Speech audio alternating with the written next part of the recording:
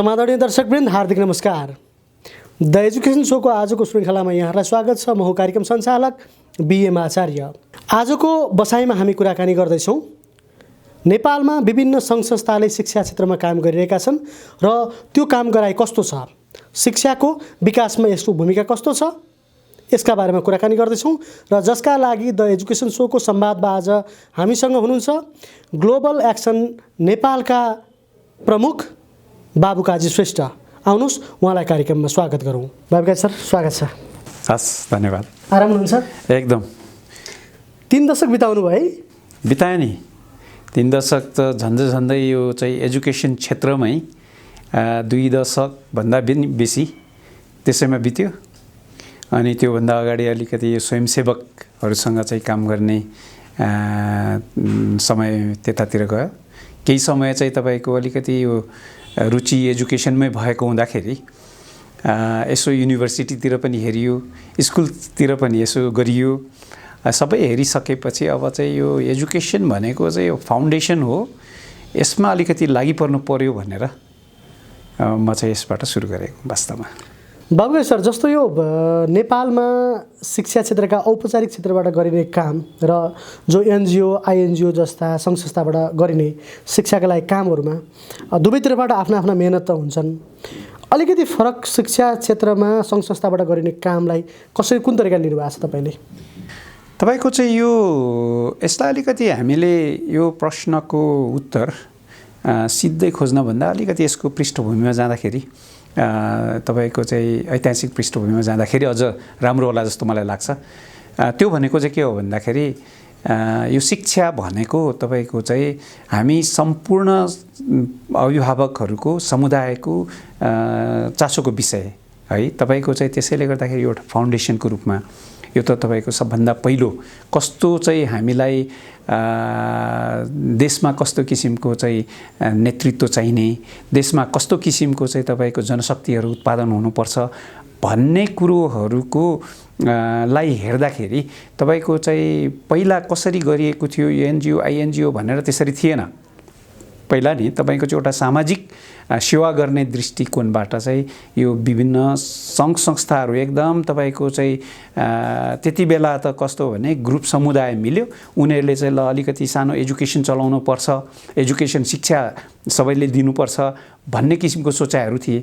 अब तपाईँको चाहिँ राणाकालको उसमा त हामीलाई धेरै अवसरै भएन, कतिपयले लुकेर त्यसरी गर्थे। अब तपाईँलाई सानो मेरो चाहिँ अनुभव, मेरो बुवा आफै नै शिक्षक हुनुहुन्थ्यो। उहाँ चाहिँ सोलुखुम्बु जिल्लाको पहिलो शिक्षक हुनुहुन्थ्यो। अनि उहाँले पहिलो चाहिँ तपाईँको त्यहाँनिर स्कुल खोल्न नपाउँदाखेरि घरको चाहिँ त्यो छेडीमुनि बसेर 8-10 जनालाई पढाउनुहुन्थ्यो रे हैन। त्यसरी चाहिँ उहाँहरूले भन्नुहुन्थ्यो। पछि चाहिँ अर्को कम्युनिटीमा गयो त्यहाँनिर पढाउने, अर्को कम्युनिटीमा गयो त्यहाँ पढाउने, त्यसरी चाहिँ शिक्षा सुरु भएको थियो के। त्यति बेला सङ्घ संस्थाको कुरो थिएन। सङ्घ संस्थाको कुरो त तपाईँको यसो हेऱ्यो भने 2016 सालतिर आएर तपाईँको चाहिँ सामाजिक सङ्घ संस्था ऐन भनेर एउटा कतै देखिन्छ। तर त्यसमा पनि तपाईँको त्यति फर्मल्ली उसमा गएको पाइँदैन है। र 34मा गइसकेपछि मात्रै यो चाहिँ आयो सङ्घ संस्था भनेर। त्यति बेला मैले यसो हेरेको थिएँ, त्यसमा तपाईँको चाहिँ 11वटा मात्रै सङ्घ संस्थाहरूले दर्ता भएका रहेछन् क्या, त्यो संस्था ऐन दर्ता हुँदाखेरि। अब यसको चाहिँ तपाईँको जुन चाहिँ प्रश्नको उसमा चाहिँ के हो भन्नुहुन्छ भने सङ्घ संस्थाले अलिकति चाहिँ कस्तो भने समुदायको चाहिँ सहभागितामा तपाईँको चाहिँ उनीहरूले कार्यक्रमहरू सञ्चालन गर्दै गए, बुझ्नु भएन? त्यहीँका चाहिँ आवश्यकता अनुसार होइन।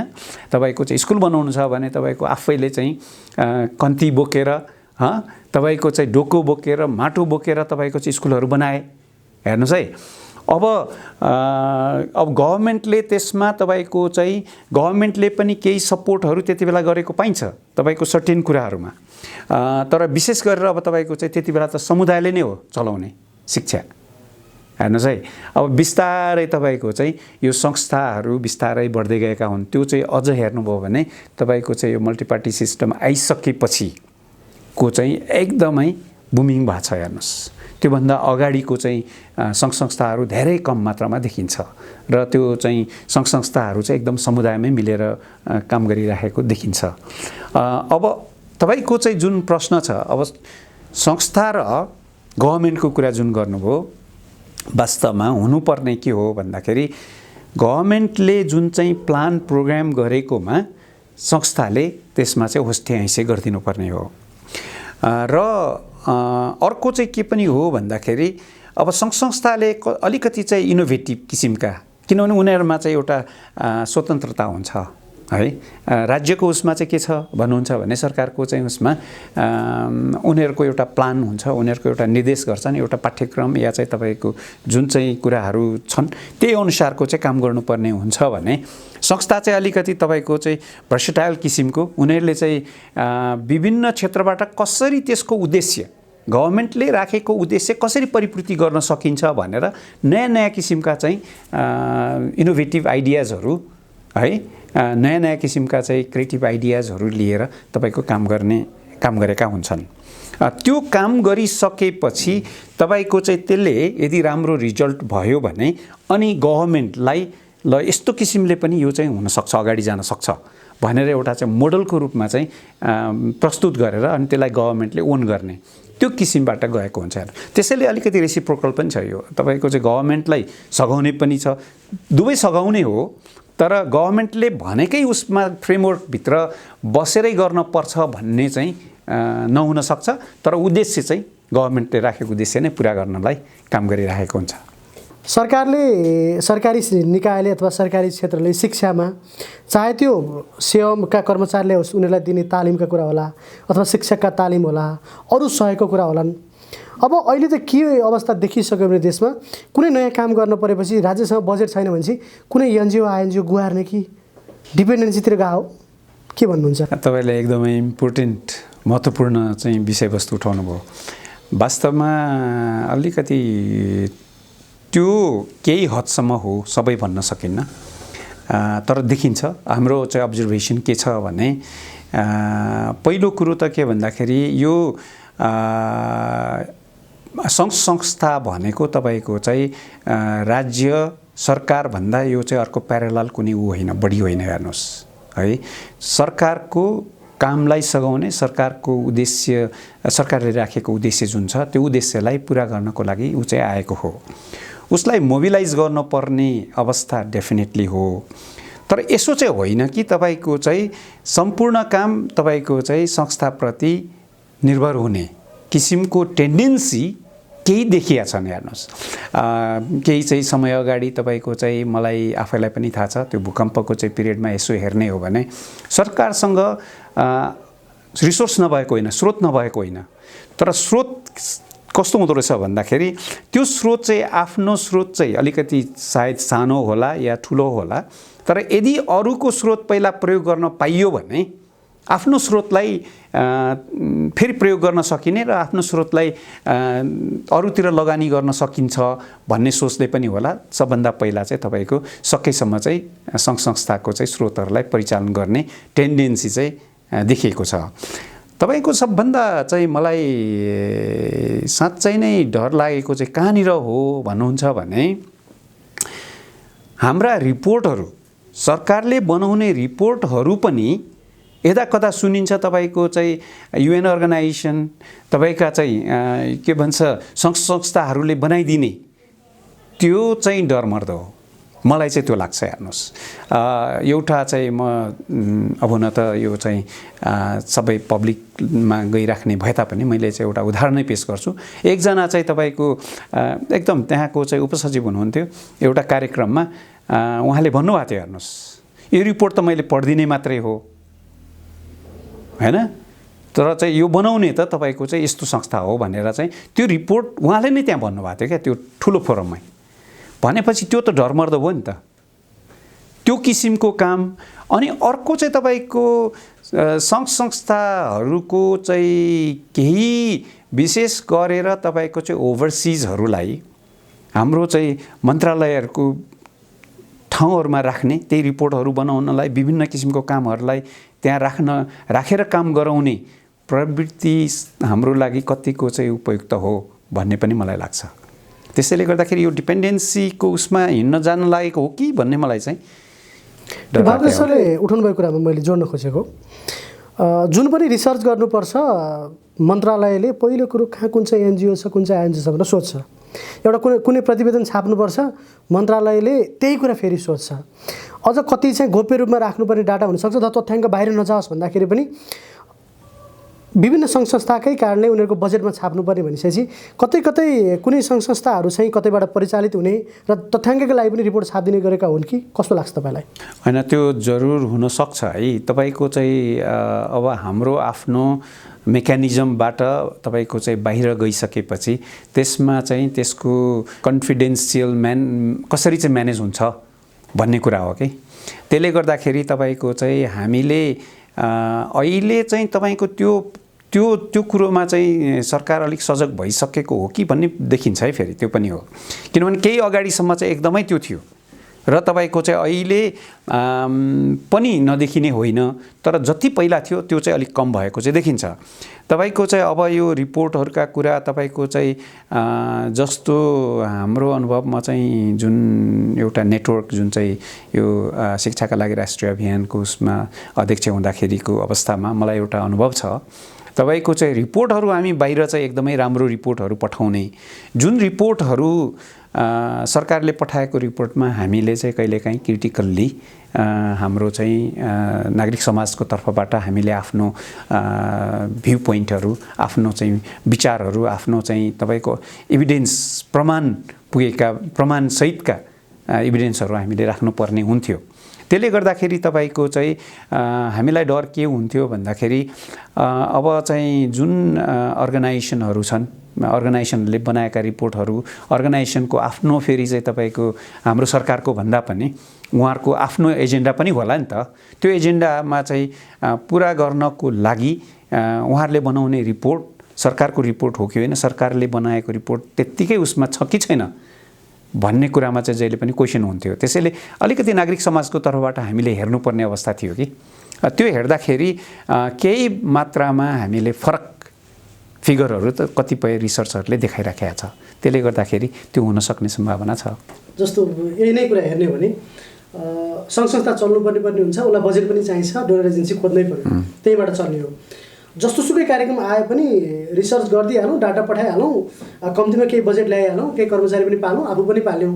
यो त देखेको छ नि बजारमा। छन् तपाईँको चाहिँ हामीले झन्डै अहिले चाहिँ तपाईँको ठ्याक्कै चाहिँ नम्बरको हाराहारी यसो हेर्दाखेरि समाज कल्याण परिषदको चाहिँ तपाईँको त्यहाँको चाहिँ नम्बर हेऱ्यौँ भने 50,000 जति त त्यहीँ दर्ता भएका चाहिँ सङ्घ संस्थाहरू छन् हेर्नुहोस्। त्यसमा चाहिँ सानोतिनो पनि छन्, बाहिरबाट मात्रै चाहिँ सहयोग आएर फन्ड लिएर आएर काम गर्नेहरू मात्रै छैनन्। त्योभित्र तपाईँको चाहिँ आमा समूहहरू छन् होइन, क्लबहरू छन् होइन, युवाहरूका यी सबै छन्। त्यसले गर्दाखेरि तपाईँको चाहिँ केही यस्ता संस्थाहरू छन् तपाईँको चाहिँ त्यो बाहिरैबाट आएकै उसबाट मात्रै चल्ने, मतलब सहयोगबाट मात्रै चल्नुपर्ने अवस्था र केही हदसम्म तपाईँको चाहिँ त्यो आवश्यकता पनि हो। किनभने यसको पृष्ठभूमि पनि छ, किन संस्थाहरू चाहिँ आए त भन्दाखेरि तपाईँको चाहिँ यो 80s को भन्दा पनि अझ अगाडि 70s तिरको उसमा चाहिँ तपाईँको नट ओन्ली नेपाल मात्रै होइन, तपाईँको वर्ल्ड वाइड यो सामाजिक सङ्घ संस्थाहरूको चाहिँ आवश्यकता महसुस गरिया हो र तपाईँको चाहिँ यो नागरिक समाजहरू हुनुपर्छ, नागरिक समाजहरू आउनुपर्छ।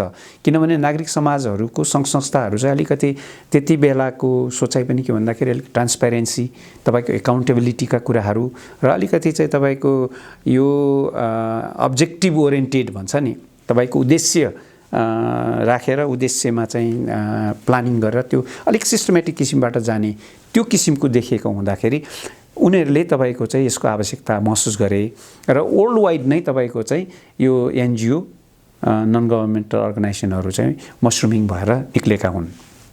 त्यो किन निक्ले भन्दाखेरि सरकारले मात्रै तपाईँको चाहिँ अब यो जति पनि आवश्यकता हो त्यो आवश्यकता परिपूर्ति गर्न सक्छन् भन्ने भएन क्या। त्यसले गर्दाखेरि तपाईँको चाहिँ सरकारले नै निम्त्यायो कि सङ्घ संस्थाहरू पनि काम गर्न सुरु गर, कि हामीले मात्रै हाम्रो सहयोगले मात्रै चाहिँ हाम्रो रिसोर्सेसहरू मात्रैले काम गर्ने होइन, रिसोर्सेस जुटाउने काम संस्थाले गर्नु पर्यो र संस्थाले गरेको रिसोर्सेस जुटाएर तपाईँको चाहिँ सम्बन्धित जुन मार्जिनलाइज कम्युनिटीहरू छन्, जुन गरिब असहायहरू छन्, उनीहरूलाई सहयोग गर्नुपर्छ भन्ने आह्वान त गरेको हो नि त। त्यसले गर्दाखेरि तपाईँको चाहिँ उसले बाहिरबाट लिएर आएर अब यो उद्देश्यहरू के हुन्छन् कसो हुन्छन् भनेर सबैलाई एउटै किसिमबाट हेर्न सकिन्न। हेर्नु सङ्घ संस्थाको पनि कसैले तपाईँको त्यसलाई एउटा चाहिँ काम गर्ने थलो बनाएछन् या चाहिँ आफू बाँच्ने अरूलाई केही स्टाफहरूलाई बचाउने छन् भने कतिपय तपाईँको चाहिँ सेवै गरेर केही सेवा गरौँ भन्ने पनि छन् र सेवा गरेका पनि छन्। त्यसैले गर्दाखेरि एउटै डालोमा राखेर त हेर्न मिलेन।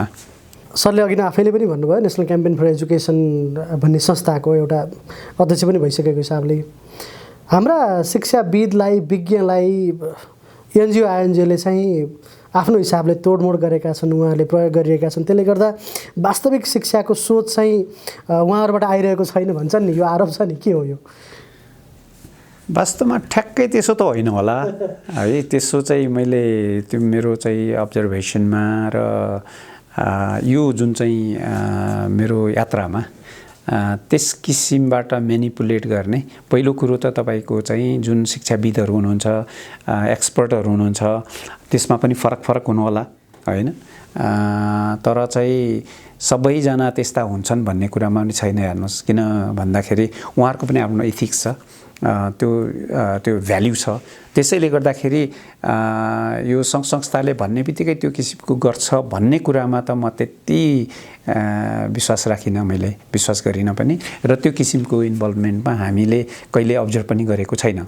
होला भन्छन्, अब तपाईँको चाहिँ भन्नेहरूले केही इभिडेन्सहरू छन् भने त्यो एउटा कुरा भयो, तर इभिडेन्स बिना चाहिँ त्यतिकै बोल्न त त्यो त अलिकति मिलेन। मैले फेरि हो भनेर भनेको होइन कि बजारमा यस्ता हल्ला छन्, त्यही हिसाबले सरलाई सुनाएको मात्रै हो। अर्को फरक प्रसङ्गमा अलिकति गफ गरौँ जस्तो लाग्यो। केही समय अगाडि शिक्षा क्षेत्रमा डोनर एजेन्सीका इन्ट्रेस्टका मात्रै कामहरू अलि बढी हुन्थे, अहिलेको अवस्था कस्तो छ? तपाईँको त्यो चाहिँ छ है, त्यो हिजो पनि थियो अहिले पनि छ र तपाईँको चाहिँ हाम्रो क्षेत्रमा मात्रै होइन र मेरो अनुभव पनि त्यस्तै रह्यो कि तपाईँको चाहिँ डोनर अर्गनाइजेसनको आफ्नो एजेन्डा आफ्नो चाहिँ उसमा गर्नु पर्ने, त्यसले गर्दाखेरि सङ्घ संस्थाहरूलाई कतिपय सङ्घ संस्थाहरूलाई अलिकति गाह्रो पनि महसुस हुन्छ।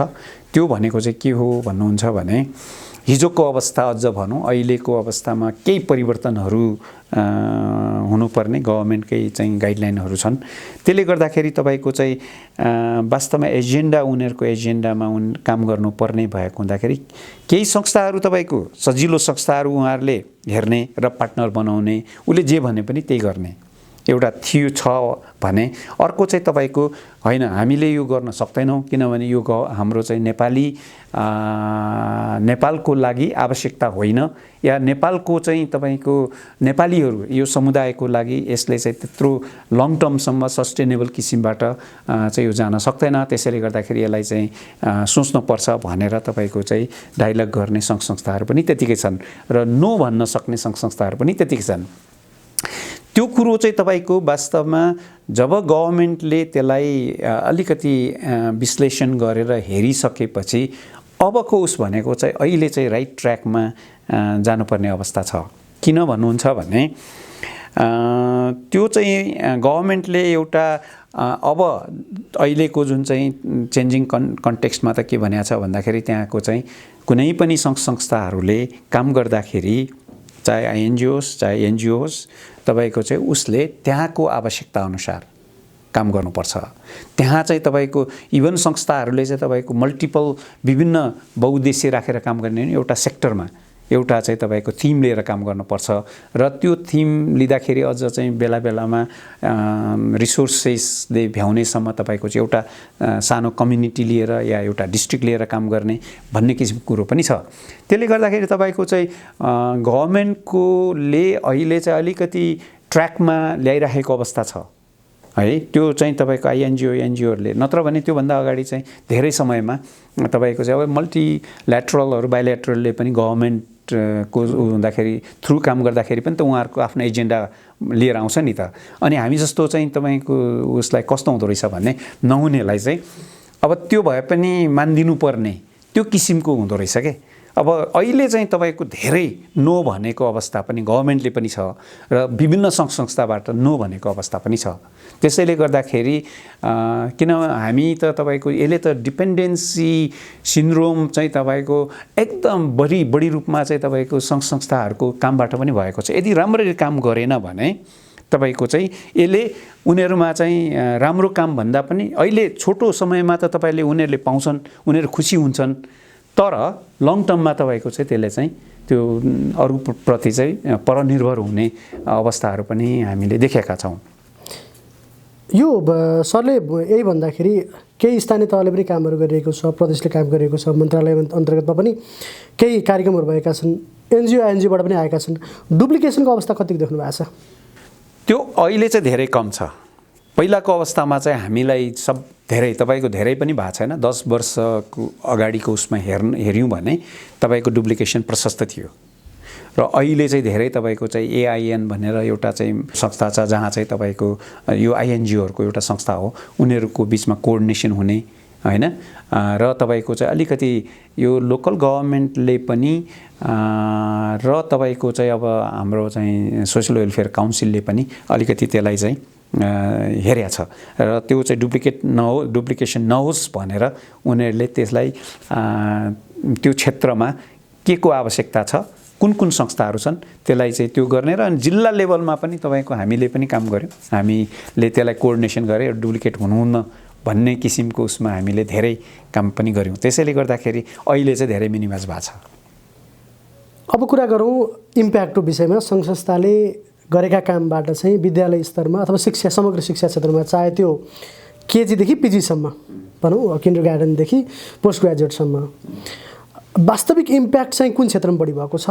सरले एनालाइसिस गर्दाखेरि चाहिँ यो क्षेत्र है साँच्चै भन्दा यो क्षेत्रमा बालबच्चाहरूले विद्यार्थीले चाहिँ राम्रो अवसर पाएका छन्, योबाट परिवर्तन भएको छ, यो चाहिँ देखाउन सकिन्छ है भनेर होइन। तपाईँको चाहिँ एउटा सबभन्दा ठुलो एचिभमेन्ट भनेको नट ओन्ली यो सङ्घ संस्था मात्रै होइन, सरकार सङ्घ संस्थाहरू सबै मिलेर चाहिँ बनाएको चाहिँ के हो भन्नुहुन्छ भने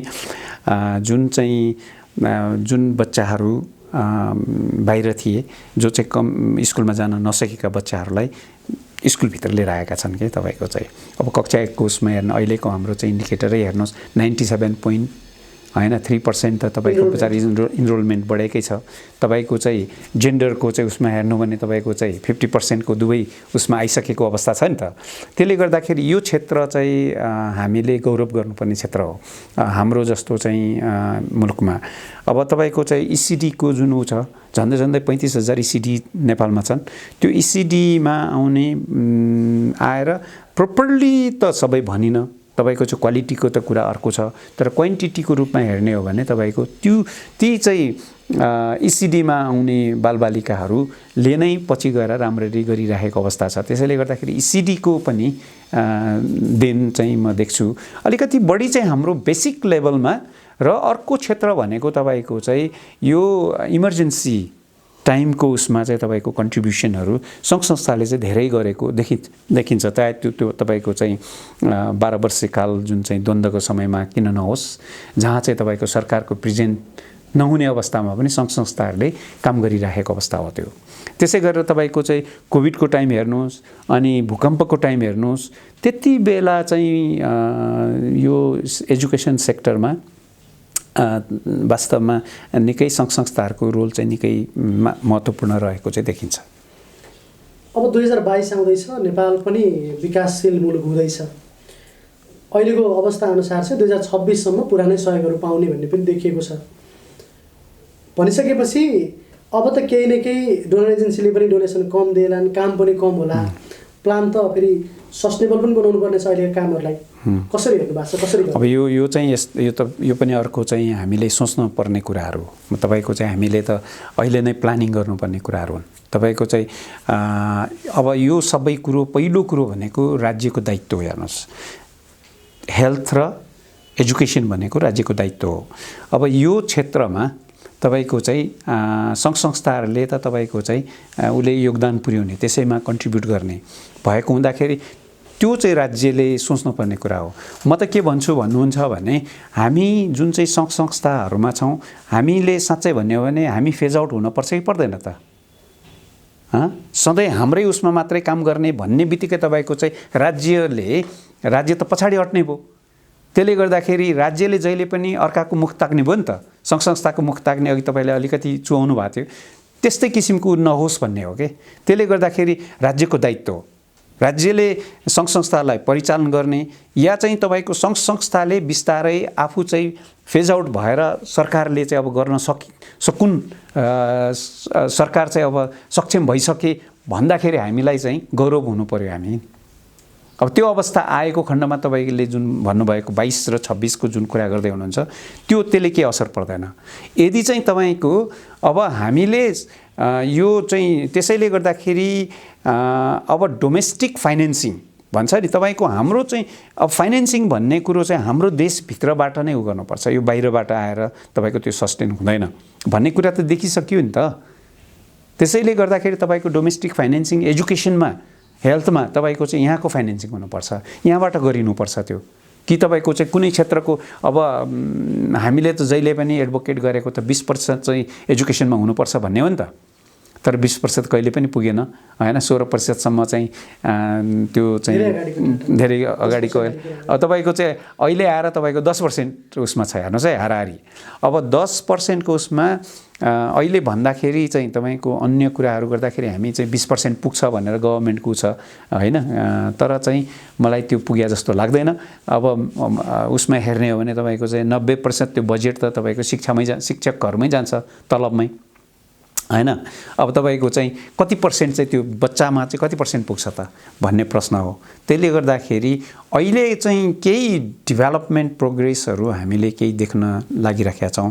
जस्तै केही बच्चाहरूमा चाहिँ डाइरेक्ट तपाईँको चाहिँ फन्डहरू पनि जाने अवस्थाहरू छन्, त्यो चाहिँ राम्रो सकारात्मक मान्नुपर्छ।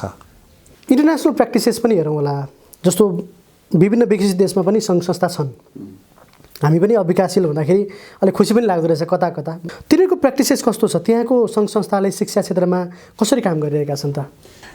यस्तो छ, मेरो अनुभव के छ भन्नुहुन्छ भने जुनसुकै विकसित देशहरू एकदमै तपाईँको जापान जस्तो देशमा या अमेरिका जस्तो देश लाई पनि मैले यसो हेरेको छु, त्यहाँ पनि तपाईँको चाहिँ सङ्घ संस्थाहरू नभएको होइन। त्यो देशहरूमा पनि तपाईँको त्यहाँ पनि त्यत्तिकै मार्जिनलाइज पिपुलहरू त छन् नि त। त्यो मार्जिनलाइज पिपुलहरूसँग काम गर्नेहरूलाई तपाईँको चाहिँ सर्टेन तपाईँको फन्डहरू त आवश्यक हुन्छ। अनि त्यो चाहिँ गभर्मेन्टले नै तपाईँको चाहिँ फन्ड दिइराखेको अवस्था छ कि, त्यो चाहिँ थ्रु सिभिल सोसाइटी अर्गनाइजेसन्स। तपाईँको फिलिपिन्समा हेर्नुहोस्, फिलिपिन्समा त्यस्तो छ। इन्डियामै हेर्नुहोस्, इन्डियामा के गर्छन् तपाईँको चाहिँ कतिपय उसमा चाहिँ गभर्मेन्टले आफै इम्प्लिमेन्ट गर्छ भने कतिपय चाहिँ तपाईँको थ्रु सङ्घ संस्थाबाट चाहिँ तपाईँको रिसोर्सेसहरू दिएर अनि त्यसमा चाहिँ काम गराइराखेका हुन्छ। सेकेन्ड वर्ल्ड र थर्ड वर्ल्डको बाहेक मैले फर्स्ट वर्ल्डको कुरा गर्दै अब तपाईँ हजुर, अब तपाईँको चाहिँ तपाईँको यो जुन चाहिँ हाम्रो जस्तो चाहिँ बङ्गलादेश एउटा उदाहरण, तपाईँको चाहिँ बङ्गलादेशमा उनीहरू चाहिँ ग्रेजुएट भइसकेका छन् है एलडिएसबाट। अब त्यहाँ त्यो देशमा पनि तपाईँको चाहिँ बाहिरबाट नआउने होइन, बाहिरबाट केही सपोर्टहरू आउँछन्। जति पहिला आउँथ्यो त्यति आउँदैनन्, फरक त्यति हो। अब यो जुन चाहिँ यो इन्ट्रेस्टिङ रहेछ तपाईँको चाहिँ रिपोर्ट र तपाईँको चाहिँ रियालिटी होइन। अब चाहिँ तपाईँले भन्नुभयो नि तपाईँको वास्तवमा हामी चाहिँ ग्रेजुएट भयौँ भन्दाखेरि हामीलाई पनि रमाइलो लाग्छ सुन्दाखेरि, साँच्चै नै कर्णप्रिय त छन्। तर साँच्चै हाम्रो चाहिँ लेभल त्यसरी गएका हुन् कि केही चाहिँ तपाईँको यो हुने र नहुनेको बिचमा धेरै ग्याप भएर होइन, हुनेको उसबाट चाहिँ बढी नहुनेलाई पनि कभर गरेर तपाईँको चाहिँ त्यो रिपोर्ट बनिया हो भन्ने कुरोहरूको छलफल त गर्न पर्ने नै हुन्छ। हेर्नुहोस्, तर चाहिँ जहाँसम्म मेरो चाहिँ अनुभव के छ भन्दाखेरि ठ्याप्पै नआउने चाहिँ होइन, तर डेफिनेटली कम चाहिँ हुन्छ। त्यो अवस्थामा गभर्मेन्ट आफू रिसोर्सफुल हुनु पर्यो र तपाईँको चाहिँ किनभने right to education, right to quality education हेर्नुहोस् सबैको आवश्यकता हो होइन। त्यसैले गर्दाखेरि तपाईँको सरकारले नै त्यो फन्डहरू म्यानेज गर्नुपर्छ र तपाईँको परिचालन गर्ने चाहिँ अब विभिन्न निकायहरूलाई परिचालन गरेर जानुपर्छ। मलाई लाग्छ सरकारको पनि केही त्यो किसिमको चाहिँ अब सोचाइ पनि हुनसक्छ, किनभने अहिले सरकारले धेरै कुरोहरूलाई यसो हेर्दाखेरि तपाईँको बाहिरको फन्ड हैन त्यसले चाहिँ उनीहरूको आफ्नो इन्ट्रेस्ट भेस्टेड इन्ट्रेस्टहरूले गर्दाखेरि हाम्रो देशलाई कतिको चाहिँ सहयोग भइरहेको छ, हामीले कति साँच्चै नै गर्न सकेका छौँ भन्ने प्रश्नको उत्तर त उनीहरूले पनि खोजिरहेको हेर्नुहोस् त।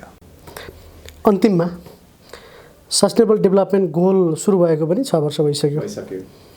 यो बिचमा आइपुग्दा हाम्रो टार्गेटतिर लम्किँदैछौँ शिक्षामा कि छैनौँ, कस्तो देख्नु भएको छ? छौँ हामी एसएसडिपीको तपाईँको हाम्रो चाहिँ त्यसलाई एसएसडिपी भित्र तपाईँको चाहिँ यसको जुन चाहिँ एसडिजीको गोलहरूलाई यहाँको हाम्रो आवश्यकता अनुसार त्यसलाई छलफल गरेर तपाईँको चाहिँ हाम्रो आफ्नो गोलहरू तय गरेका छ नि त। त्यसले गर्दाखेरि तपाईँको चाहिँ शिक्षाको क्षेत्रमा अब चाहिँ कतिपय कुराहरूलाई अलिकति स्लो रूपमा पनि गइरहेको अवस्था हो, किनभने नयाँ कुराहरू छन् तपाईँको चाहिँ जस्तो अहिले क्वालिटी एजुकेसन एक्सेस इन्क्लुसिभका कुरा जुन चाहिँ गोल नम्बर 4 मा जुन छ त्यसमा लाइफ लङ लर्निङ भनेर राखिया छ नि त।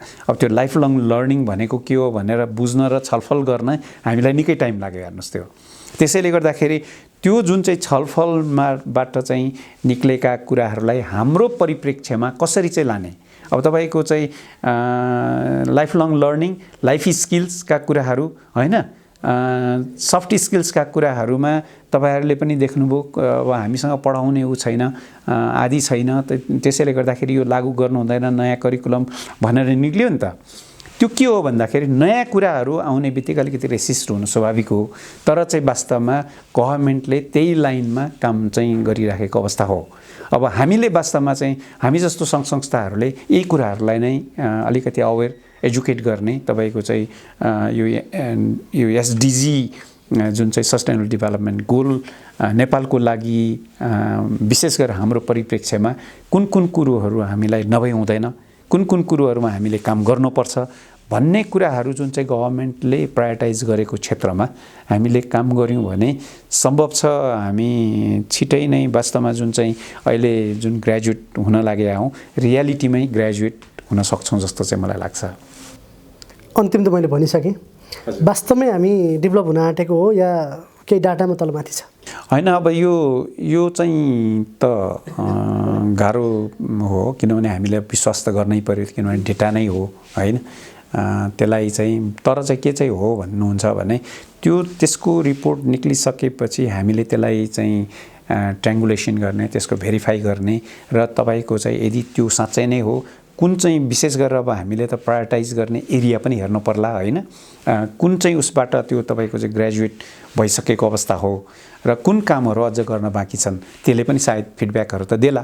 त्यो चाहिँ भयो भने मलाई लाग्छ हामीले साँच्चै नै सङ्कल्प गर्नुपर्छ भन्ने पनि छैन भन्ने चाहिँ मलाई लाग्छ है। यति चाहिँ पक्कै हो कि तपाईको हामी सङ्घ संस्थाहरू चाहिँ हामीले यसरी सोच्न पर्यो कि तपाईको चाहिँ यसलाई एउटा हामीलाई त विभिन्न नाम लाग्छ नि त, नाम दिने गरेको छ नि त, तपाईको चाहिँ डलर खेती गर्ने या तपाईको चाहिँ मागी खाने भाँडो बनाउने या तपाईको चाहिँ यो विभिन्न छन्।